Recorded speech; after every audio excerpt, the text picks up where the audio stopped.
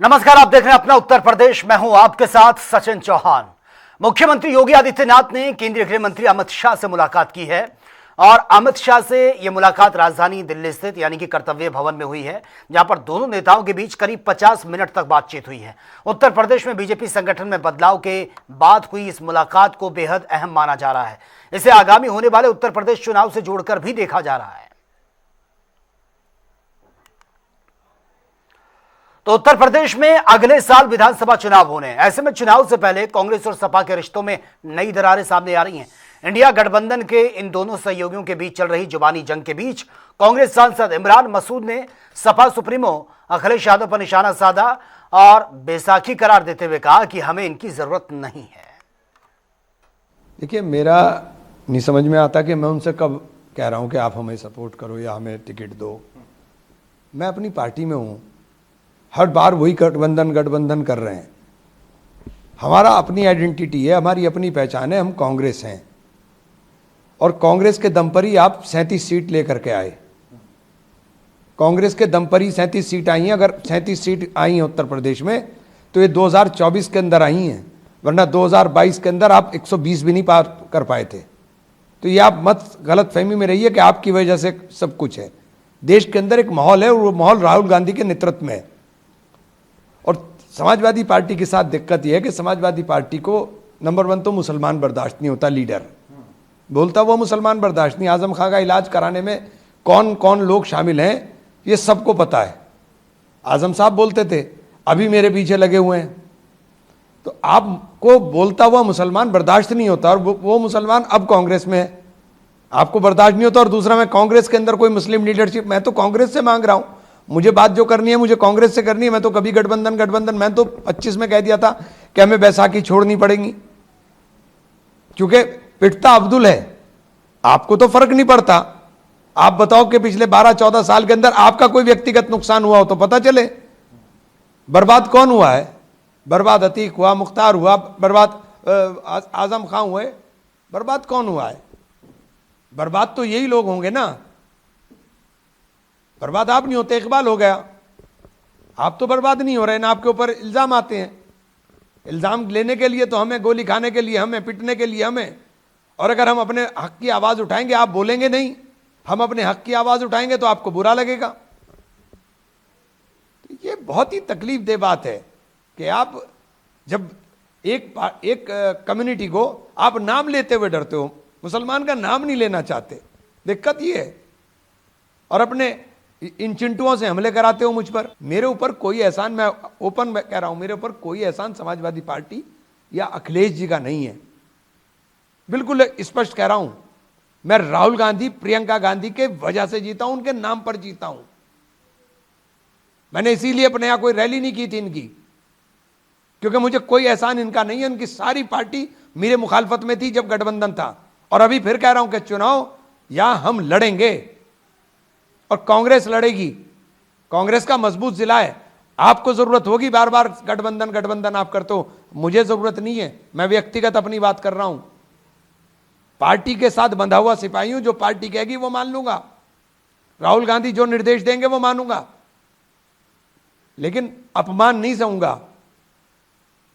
और आप अपमानित करने पे लगे हो सीधा। आप मुझ पर आप कीचड़ उछालेंगे और जबरदस्ती मुझे गाली दिलाएंगे। क्यों दिला रहे हैं आप? मैं अपनी पार्टी से मांग रहा हूं, अपनी पार्टी से लड़ रहा हूं। मैं तो किसी दिन नहीं कहा कि मुझे अखिलेश जी से कुछ चाहिए। हमें नहीं चाहिए अखिलेश जी से। हम तो गए थे एक बार बुलावे में 2022 में। हमें लगता था कि बड़े नेता हैं, अब बात का वजन होता है, बात रखेंगे। लेकिन हमारे साथ जो कुछ हुआ था मुझे पता है। गठबंधन चलाना हो तो चलाएं, नहीं चलाना हो तो ना चलाएं। ये उनका फैसला है, मेरा फैसला नहीं है। पार्टी जो करेगी। मैं कांग्रेस का सिपाही हूं, मैं अखिलेश यादव का सिपाही नहीं हूं। मैं राहुल गांधी, प्रियंका गांधी का सिपाही हूं। प्रियंका जी जो आदेश देंगी मैं वो करूंगा, इनका थोड़ा ही आदेश मानूंगा मैं। और वहीं अयोध्या राम मंदिर चंदा चोरी मामले में सियासत तेज हो गई है। मैनपुरी पहुंचे राज्यसभा सांसद रामजी लाल सुमन पर सरकार पर उन्होंने सवाल खड़े किए हैं और कहा कि राज्य सरकार ने जो एसआईटी बनाई है उसकी विवेचना पर संदेह है। उन्होंने यह भी कहा कि छोटे लोगों को ही फंसाया जा रहा है। मंदिर में जो चोरी हुई उसके सिलसिले में हमारा शुरू से दृष्टिकोण ये था कि राज्य सरकार ने जो एसआईटी बनाई है उसकी विवेचना पर संदेह है। एक ऐसी जांच एजेंसी जो राज्य सरकार के प्रभाव से मुक्त हो, या तो सुप्रीम कोर्ट का वर्तमान जज या संसद की संयुक्त समिति इसकी जांच करे। तो जहां तक एसआईटी का सवाल है, हमें ऐसा लगता है कि जो छोटे लोग हैं उनको फंसाने की और सही मानों में जो उसके लिए जिम्मेदार है उनको बचाने की कोशिश की जा रही है। हम ये भी जानना चाहते हैं कि मंदिर आंदोलन से लेकर के ट्रस्ट बनाने तक हर काम में प्रधानमंत्री शामिल है। प्रधानमंत्री क्यों नहीं बोलते हैं? हम कुल मिलाकर के हम ये मांग करते हैं कि प्रधानमंत्री को इस बात पर बोलना चाहिए, वरना निश्चित रूप से इसके तार दिल्ली से भी जुड़े, ऐसा हमारा मानना है। और उधर राम मंदिर विवाद पर मचे सियासी घमासान के बीच बीजेपी प्रदेश अध्यक्ष पंकज चौधरी ने कहा कि राम मंदिर का निर्माण करोड़ों लोगों की आस्था और लंबे संघर्ष का परिणाम है। अगर किसी ने भी गड़बड़ी की है तो उसके खिलाफ निष्पक्ष और सख्त कार्रवाई की जाएगी। मैंने पहले कहा कि राम मंदिर के हृदय में वास करते हैं और हमारी पार्टी और पूरा हिंदू समाज लड़ करके राम मंदिर का निर्माण कराएंगे। और जो घटना हुई है उससे मुझे भी बहुत वेदना है, लेकिन जिस प्रकार से सरकार और कह लीजिए कि ट्रस्ट के लोग काम कर रहे हैं, ऐसी दुर्भाग्यपूर्ण घटना दोबारा ना हो, उस पर भी काम हो रही है।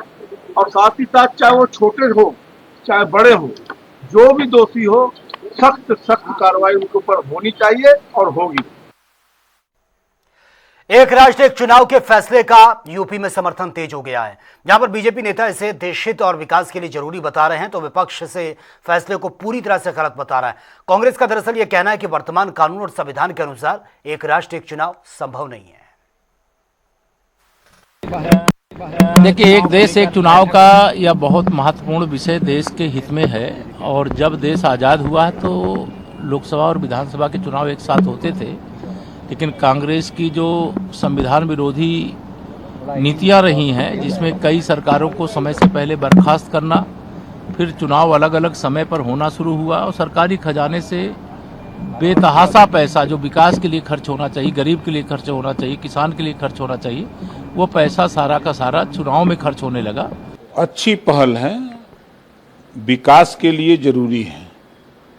विपक्ष भी मांग करता था, हम लोग भी चाहते थे कि देश में जब 18 साल की उम्र का व्यक्ति मतदाता है तो फिर अलग अलग वोटर लिस्ट क्यों, एक वोटर लिस्ट हो। इसी नाते वन नेशन वन इलेक्शन की बात हो रही है। और जिस समय हम एक साथ चुनाव में जाएंगे तो पता रहेगा ये वाले काम के लिए इसको चुना था। अगर मैं सभासद के चुनाव में वोट मांगने जाता हूँ इसके लिए, तो मैं कहता हूँ ये नारे ठीक कराएगा, मेरी जिम्मेवारी। तो मुझसे लोग पूछते हैं, मेरा पार्लियामेंट कहता है ये नहीं करेगा तो मैं जिम्मेवार हूँ, मुझसे बोलूँ मेरा पार्लियामेंट। एक साथ चुनाव होंगे तो उसका काम उससे पूछा जाएगा, हमारा काम हमसे पूछा जाएगा, लोकसभा का काम लोकसभा। तो उससे जो फेडरल स्ट्रक्चर और मजबूत होगा, जनता का काम और अच्छी तरीके से कर सकते हैं। मैंने अपना मत समिति के साथ। क्या कहेंगे sir? One nation one election जो हमारे माननीय प्रधानमंत्री जी की पहल है, वो देश के हित में है, देश के लोगों के विकास के हित में है, देश को तेजी से प्रगति कराने की दिशा में लिया गया एक कदम है। यही बात हमने आज माननीय संसदीय समिति के समक्ष भी बताई है कि इसे जल्दी से जल्दी लागू करना चाहिए। छोटी मोटी जो बातें चर्चा में आती हैं, उनके चलते जो मुख्य बात है उसको दरकिनार नहीं किया जा सकता और उन छोटी छोटी बातों को साथ में देखते हुए हमें इसे जल्दी से लागू करना होगा। कोई ऐसा विषय नहीं है, कोई ऐसी बात नहीं है जिसके चलते इस बड़ी भावना को, इस बड़े काम को। देखिए, वन नेशन वन इलेक्शन के विषय में, वन नेशन वन इलेक्शन के विषय में हमने जो है सभापति महोदय से जो है के बीच जो है पूरे सदन की में चर्चा किया जो है, हमने ये बताया जो है सदन को, वन नेशन वन इलेक्शन से ज्यादा महत्वपूर्ण इस देश में वन नेशन वन एजुकेशन है और कॉमन स्कूल सिस्टम की व्यवस्था, समान शिक्षा प्रणाली की व्यवस्था लागू हो, यह हम चाहते हैं। विभिन्न प्रकार के जो है पाठ्यक्रम देश में पढ़ाए जाते हैं और परीक्षा एक प्रश्न पत्र होती है।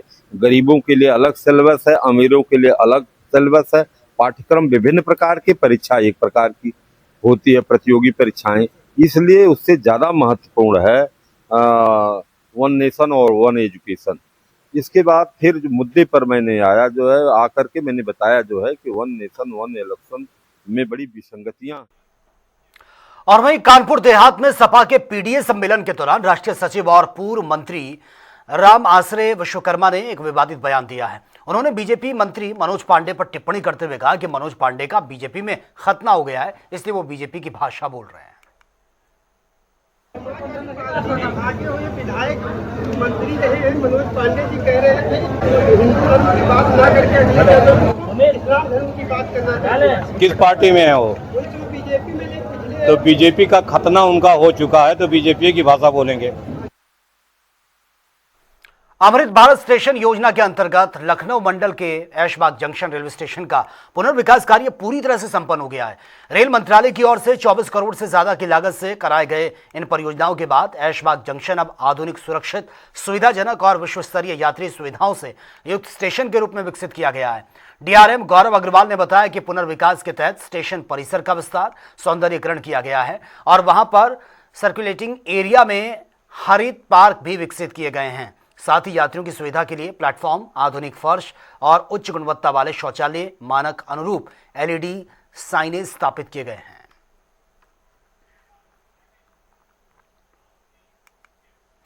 चलिए आगे बढ़ते हैं। रक्षा मंत्री राजनाथ सिंह, केंद्रीय सड़क परिवहन राजमार्ग मंत्री नितिन गडकरी और मुख्यमंत्री योगी आदित्यनाथ की मौजूदगी में 13 जुलाई को लखनऊ कानपुर एक्सप्रेसवे का उद्घाटन केवल एक नई सड़क के शुरू होने की औपचारिकता ही नहीं है, बल्कि ये भारत में राजमार्ग निर्माण और संचालन के एक नए दौर की शुरुआत का भी बहुत बड़ा संकेत है। आखिर 63 किलोमीटर लंबे एक्सप्रेसवे की खासियत क्या है और क्यों इसे भविष्य के भारतीय एक्सप्रेसवे का मॉडल माना जाता है? स्टेट ब्यूरो प्रमुख अनिल के अंकुर की एक बार ये रिपोर्ट देख लेते हैं।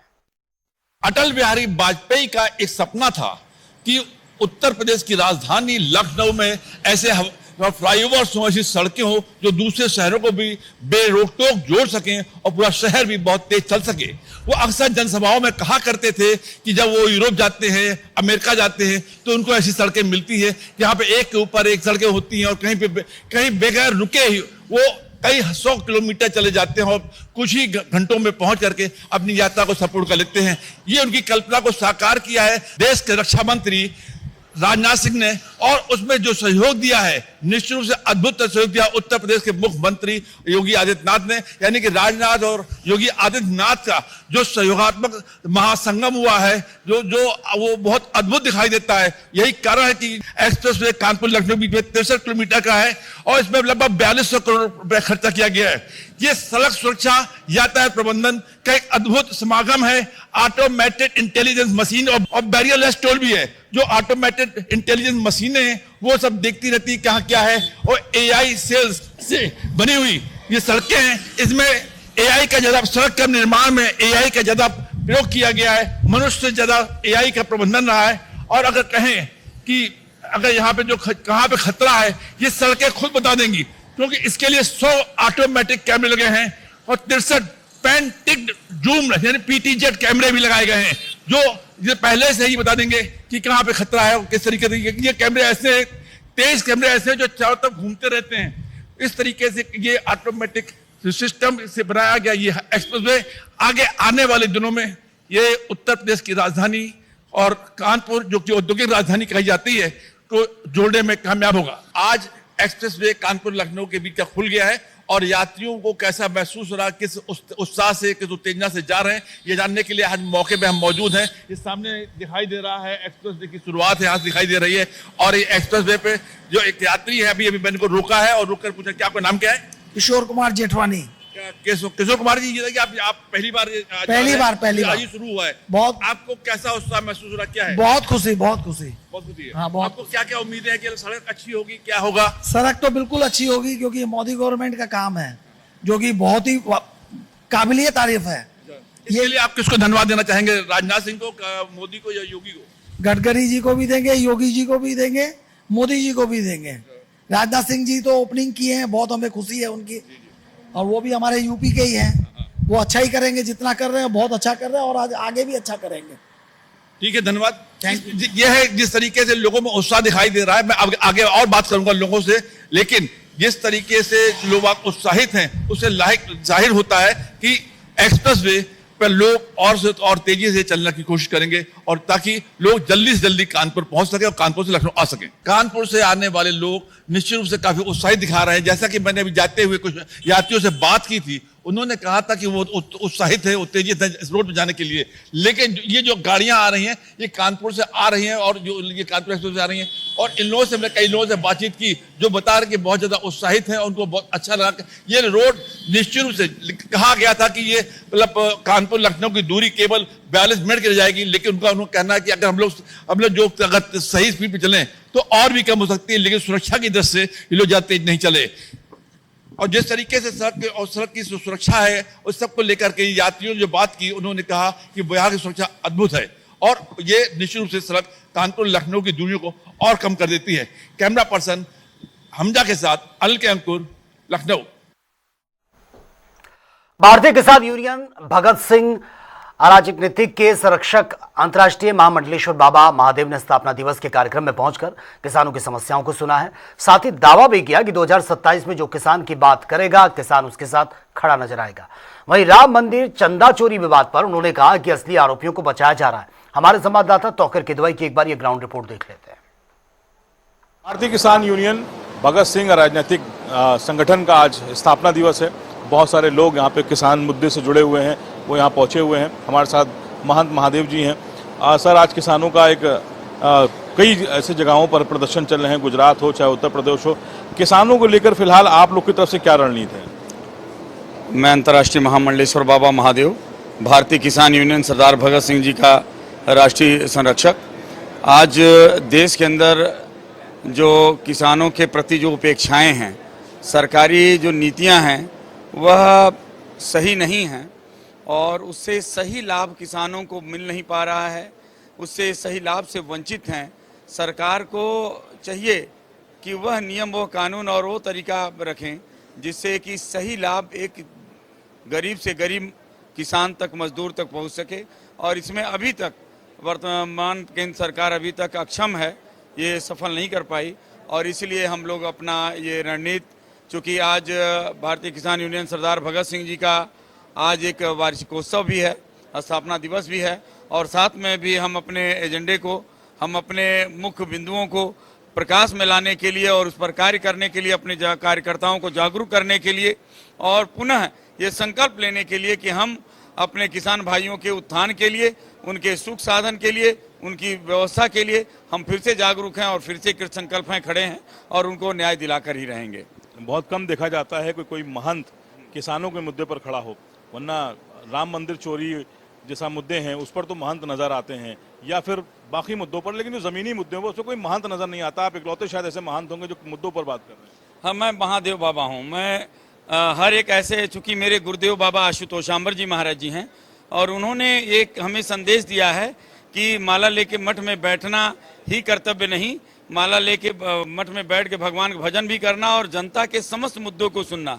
और अगर किसान एक तरह से अन्नदाता होता है, अन्न उपजाता है, इस संसार में मैं किसी को छोटा बड़ा नहीं मानता, लेकिन हाँ, किसी के प्रति उपेक्षाएं ना हो, क्योंकि हमारे धार्मिक ग्रंथों में एक संदेश लिखा हुआ है, सिया राम मैं सब जग जानी, कि सभी को राम रूप समझना, सभी को भगवान रूप समझना। और हमारे धार्मिक ग्रंथ कहते हैं पाप से घृणा करो, पापी से नहीं, क्योंकि पापी पुण्यात्मा भी बन सकता है। और बहुत बड़े बड़े ऐसे चोर और डकैत भी जब जीवन में उनके परिवर्तन आया तो बहुत बड़े अंगुलीमाल जैसे लोग पूरे संत बन गए। तो जीवन में कार्य करना चाहिए और हर क्षेत्र में कार्य करना चाहिए। ना जाने भगवान की कौन सी आत्मा किस क्षेत्र में है और हमारी आवश्यकता कहाँ है। हम तो अपने आप को एक पानी की तरह छोड़ देते हैं, भगवान हमसे जो सेवा लेना चाहें वो लें। मुझे लगता है कि यहाँ भी हमारी सेवा की आवश्यकता थी और तभी भगवान ने हमारी यहाँ सेवा लगाई है और इसलिए हम अपनी सेवा के लिए अपने कर्तव्य के प्रति निष्ठ हैं।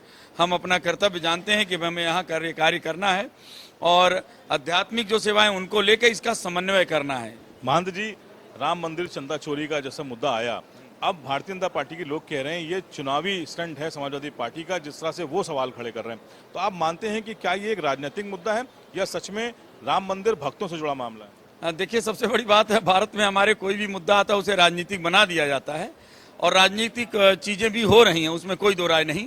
लेकिन हमारे गुरुदेव एक बात कहते हैं, गुरु महाआशुतोषाम्बर जी, कि धुआं वहीं निकलता है जहां आग लगा हो। और गोबर के उपलों में, जिसे कंडी उपले कहते हैं, उसमें 12-12, 20-20 लाख रुपए निकल रहे हैं। तो ऐसा तो है नहीं कि बिना चोरियां के पैसा वहां पहुंच गया, अन्यथा एक बुद्धिमान व्यक्ति वहां उपले में तो चोरी पैसा नहीं रखेगा, वो बैंक बैलेंस करेगा, लेकिन वो भेद ना खुल जाए इसलिए वहां चुराया गया। तो चोरी का पैसा पकड़ा गया और उसके बहुत सारे गवाह पकड़े गए। अब लीपा पोती हो रही है, मुझे लगता है। आपको लगता है कुछ लोगों को बचाया जा रहा है? बहुत जरूर, बार मैं कहता हूं कि छोटी मछलियों को मतलब पकड़कर और बड़े मगरमच्छों को बचाया जा रहा है, जबकि बड़े मगरमच्छों के बिना छोटी मछलियां काम करने में सफल ही नहीं होती और ये चोरी जैसा कृत्य नहीं होता और ये बहुत शर्मनाक है और संप्रदायों में बहुत बड़ा एक बेइज्जती है और इनको सुधार करना चाहिए, दोषियों को सजा देनी चाहिए। और मैं तो कहता हूं कि राम मंदिर के जो कमेटी है, योगी जी को तत्काल भंग कर देनी चाहिए, तुरंत भंग कर देनी चाहिए कि इतनी बड़ी बात हो गई, तुम लोगों को पद पे रहने का अधिकार ही नहीं, लेकिन उसको लीपा पोती कर रहे हैं, इससे थोड़ा और भी कुछ असंतोष हो रहा है। देखिए, एक तस्वीर ये भी है कि साथ में महंत जी हैं और बगल में आमिर खान खड़े हैं, ये भी इसी किसान के मुद्दे पर इनके साथ हैं। किसानों को लेकर फिलहाल आपकी यूनियन की तरफ से क्या रणनीति है? 2027 का विधानसभा चुनाव है, ऐसे में किसानों को लेकर किस तरह से मुद्दों को लेकर आप सड़कों पर उतरेंगे? किसानों का मुद्दा खाद बीज और मुद्दे अन्य मुद्दे हैं, जो किसानों का जो है गन्ना मूल का है, ये सब जो है आगे चल के जो है। अखिलेश यादव ने एक सवाल खड़ा किया है, उन्होंने कहा है कि चुनाव जल्दी होंगे, उसकी वजह है कि समय पर खाद नहीं मिलेगी, इसकी वजह से सरकार चुनाव पहले करा सकती। सरकार चुनाव करा रही लेकिन खाद बीज ही नहीं मिल रहा है किसानों को, खाद बीज मिल रहा नहीं, ना खाद जो आ रही है वो दुगने दामों पे आ रही है, किसान बेचारा भूखा मर रहा है, गन्ने का भुगतान हो रहा नहीं है। किसान अब की किधर जाएगा? किसान अभी किधर भी जा सकता है, किसान तो किसान है, किसान जिधर देखेगा फायदा उधर ही जाएगा। बहुत शुक्रिया हमसे बात करने के लिए। देखिए, ये किसान यूनियन का कार्यक्रम जरूर है, लेकिन ये तस्वीर है कि जहां पे आमिर खान के बगल में एक महंत खड़े हुए हैं और कह रहे हैं कि किसान के मुद्दे पर सभी को एक होना चाहिए और स्थापना दिवस पर ये प्रण भी लिया गया है कि सभी लोग 2027 के विधानसभा चुनाव में उसी के साथ जाएंगे जो किसानों की बात करेगा। कैमरा पर्सन रियाज के साथ फखरुल किदवई, जनता टीवी, लखनऊ।